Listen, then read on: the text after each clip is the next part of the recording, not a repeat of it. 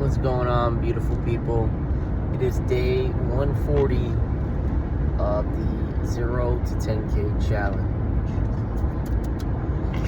Yes, I have skipped about, 90 days, but I truly wasn't skipping anything. Just didn't seem like there was much to report since it was the same thing every day, but I did not forget about my journey. So what has changed? What is happening? And what is the update? We started this January 2nd with the goal in mind of 10K. The goal is ever shifting, not because of money, because of intent and purpose. Now the goal of 10K a month changes. It's probably going to be around the same number, but it changes to, it's more like project keep my wife at home. Right now what's beautiful is I didn't know it then, but I know now is we're expecting.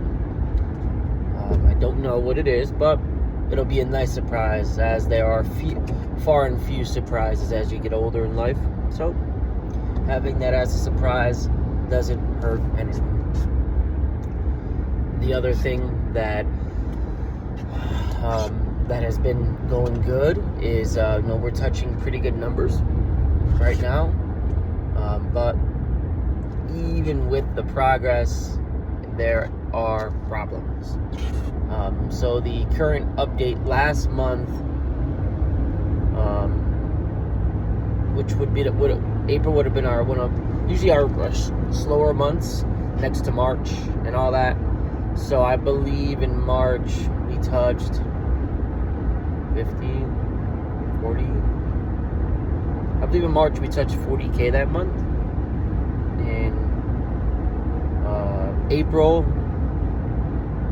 we touched 73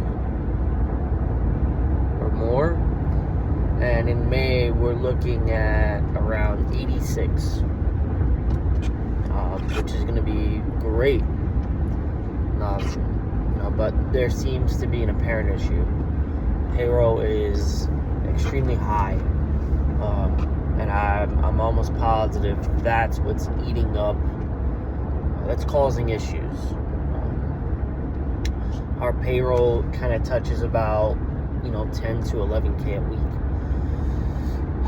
40K a month, and it doesn't make sense because at 10K, at basically 500K a year in payroll, you should be at that if you're making 1.5 or 2, 1.5 million or 2 in a year, right?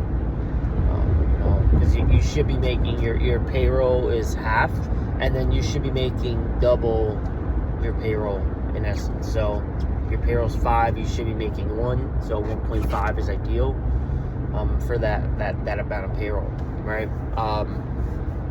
So we have been busy, so that's not the case, but even though we brought in 73 or 86K last month, 93K went out due to either improper or untimely payments. It's put us in not a situation, but a situation that forecasting in the next few months will be an issue.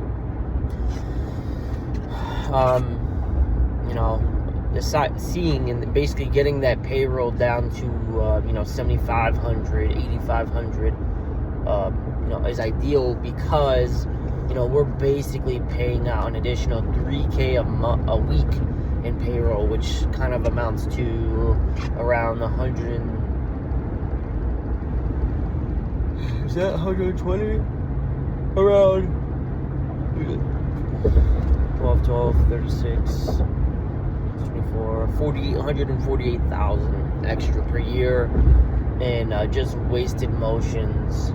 And we don't mind overtime, but an extra 148,000 just evaporates because someone, an extra guy on an extra job is adding 8 hours of fat to every payroll, or 2 hours of fat, but 2 hours of fat over 6 or 7, 8 guys, right? So if we're talking man hours, we're looking at, if you have 2 hours of wasted space every day across 8 guys, that's 16 hours a day of wasted space, right? Which is 2 days of wages. 2 days of wages. Assuming a day's wages around $200, not including workers' comp, you're looking close to $400 a day, on loss, and that's like pretty conservative, right? That means taking an extra guy to a job, going back to the shop for something missing, and again, it's okay if it's a one-off experience, but when it starts to turn into a regular occurrence, it starts to truly get to things. But this is interesting, right? Because if we're about $400 to $600 a day, and I'd say we're closer to $600 a day of wasted extra motions that are like not just being efficient.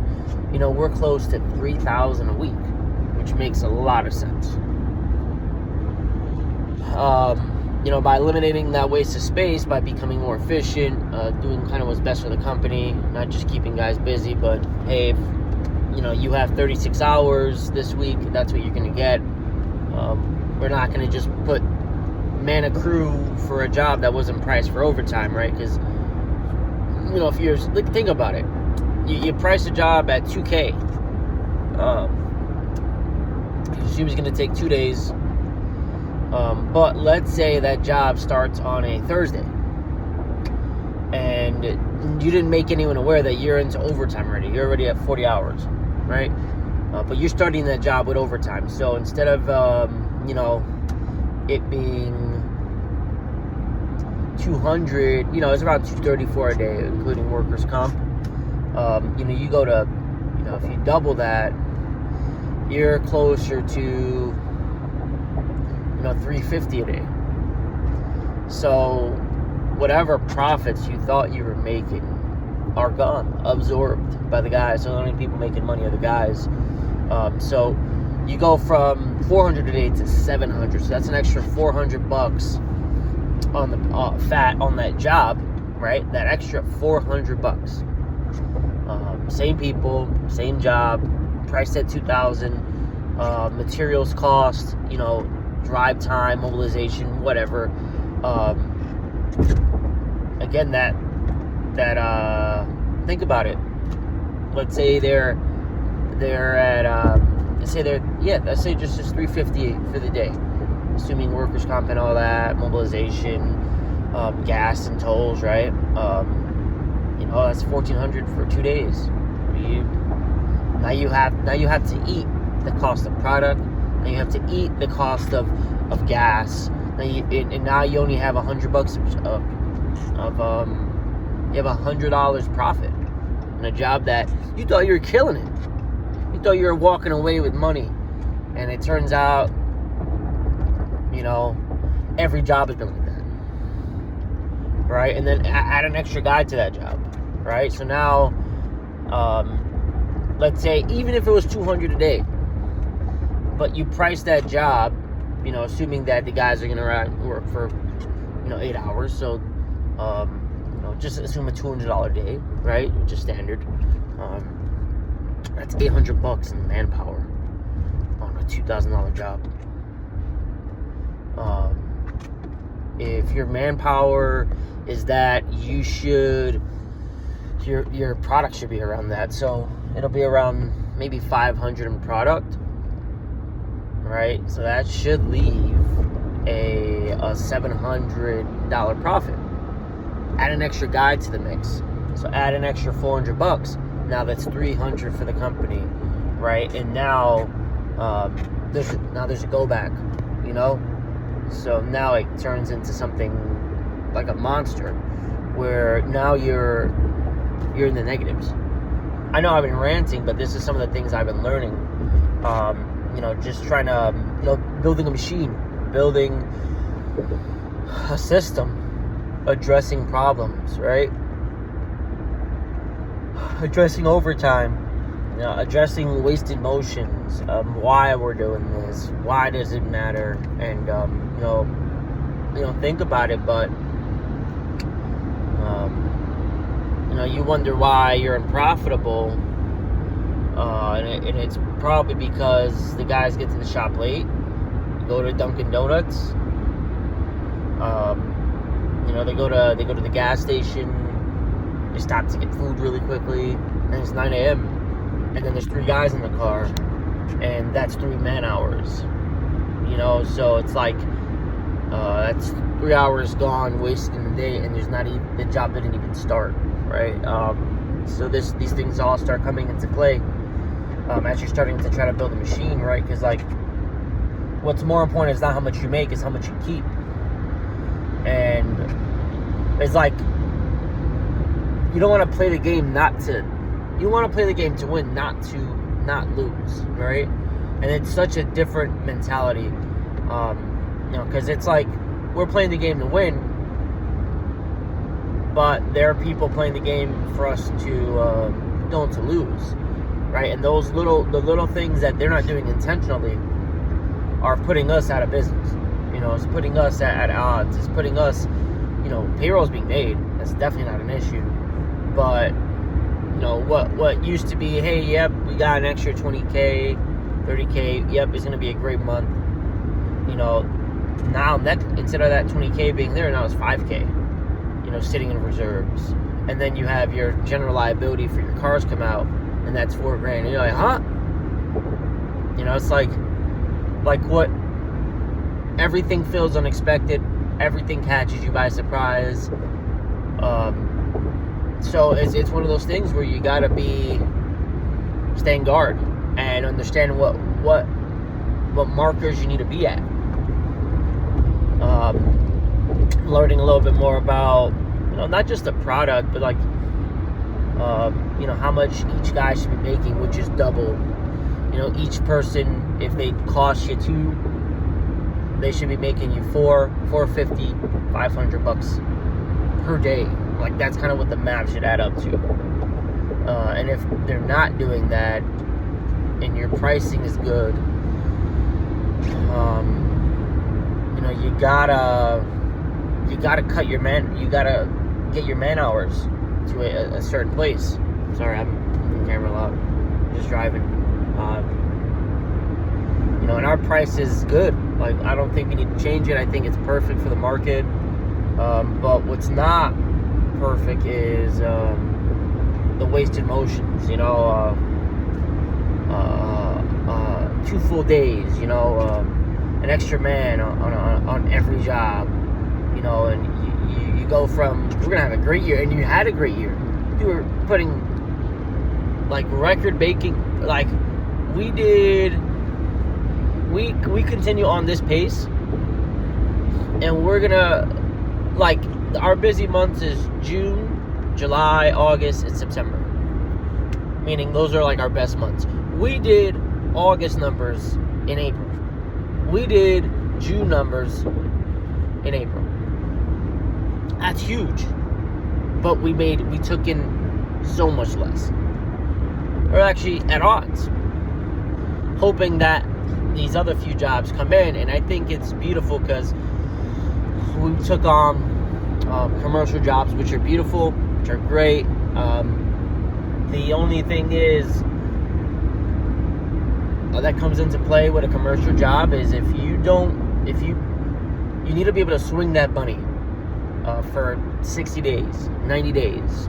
So you're fronting, payroll for 60 days and getting it back on the back end with a multiplier, right? But let's say your guys are in that job for 2 weeks.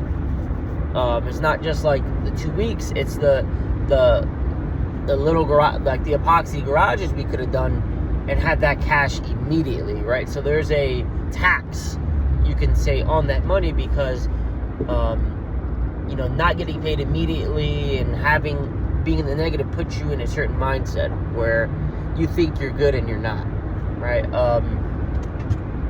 But it is what it is, right? It's more like you gotta stay the course. Like, for instance, we have around $50,000 in pending payments.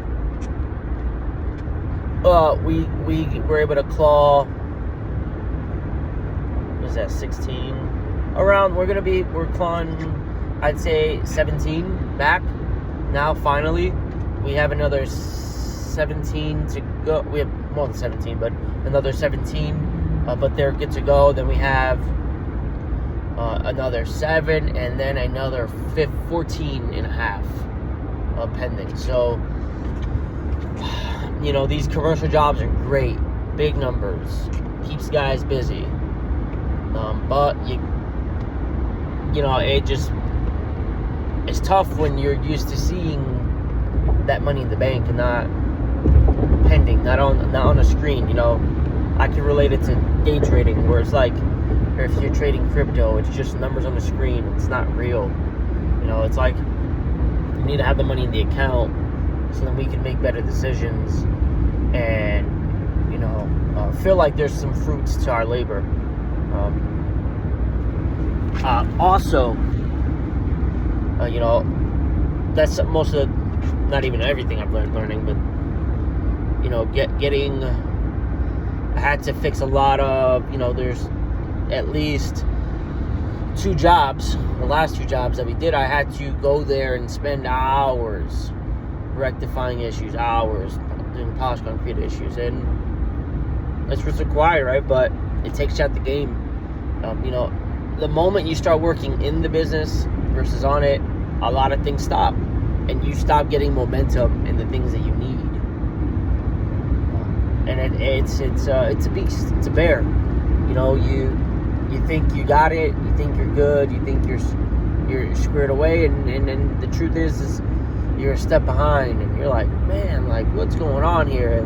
And business is just black and white. It's just like numbers on the screen too, right? But with so much dire consequences. So we're gonna be working on a better system to make us more efficient, which I was working on beginning, but I got sidetracked with work, with actual working on the jobs, and better time clock stuff, and better systems to track credit card spending. Keeping the unexpected transactions to a minimum. Seeing where the holes in the bucket are, closing down any unexpected loops. Because the little, as Jason would say, and even Todd, they would say it's the little transactions. It's not the big ones that take you out. It's the $5 transactions that add up, and those will wipe your account, right? Those are the ones that'll make you keep you up all night, because you put money aside for the big $10,000 transaction, but you weren't even thinking about the $14 transactions that just took a man's salary, took a man's wages. Now you got to scramble to make money just to cover those wages. This is something that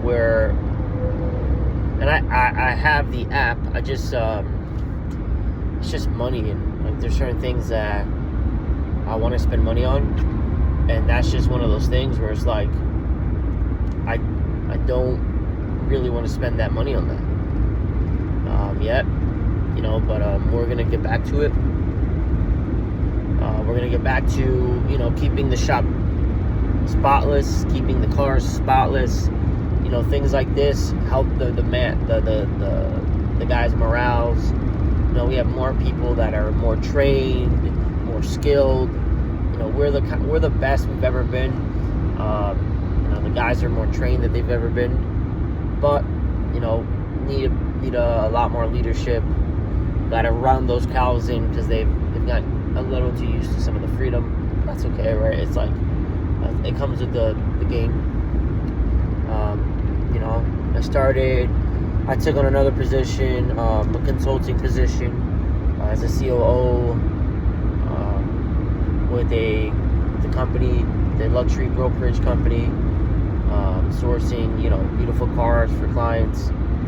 And it's been a great time. I was able to, secure a $1,500 a month retainer for that work starting.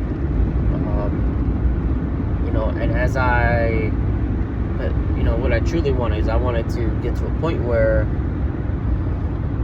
that system, that consulting, that becomes, a beautiful blueprint to what's needed to consult any business. I'm basically like a consultant for the business I'm in, Rock Hard Coatings. I just choose to take salary, and I am, leaving all my potential growth and bonuses and other things, right? And potential stock options and equity, and but all that stuff is it's apparent, it's present. It's just you don't touch it. You don't get to eat that, right? Even though you're doing all this work, you don't get it. So with that being said, I'm super excited about that. Right now I'm currently building SOPs for that process, start to finish. Really mapping out a streamlined process to handle more clients. Because currently, if we do 2 clients, we're swamped. Like, absolutely, positively swamped. We can't handle anymore. That's the tough part. I'm gonna take this. So I'm building the backbone to either sell higher tickets. So the work that you would have, gotten for 20 clients, you get in 5, and you get to offer a better service. Or, we're gonna go with, I don't want to say lowering the quality. I don't want that's probably like bad way of putting it. Just more like taking on less clients, charging them more, but then just offering like a beautiful, great, better service, to those clients. And you can, because it's more boutique, more personal, versus trying to get more in the door and potentially diluting yourself out of a great experience. All right. That's kind of the things that are going through my mind, and it's so much, like I'm going to be updating you guys more and more. I'm going to get back into it. I know I've potentially dropped the ball, but I'm really just been ensuring, my success, my unborn child's success. And, God has been beautiful to me, and I want to, document the process,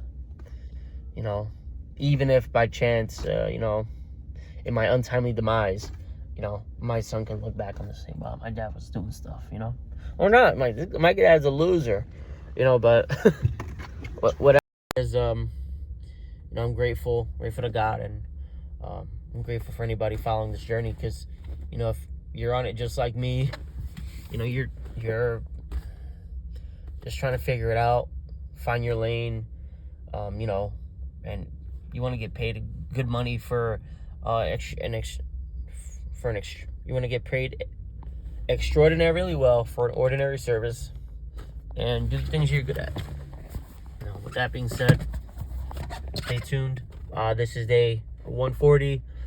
Yeah, 141. I think it's 140. And see you then. Bye-bye.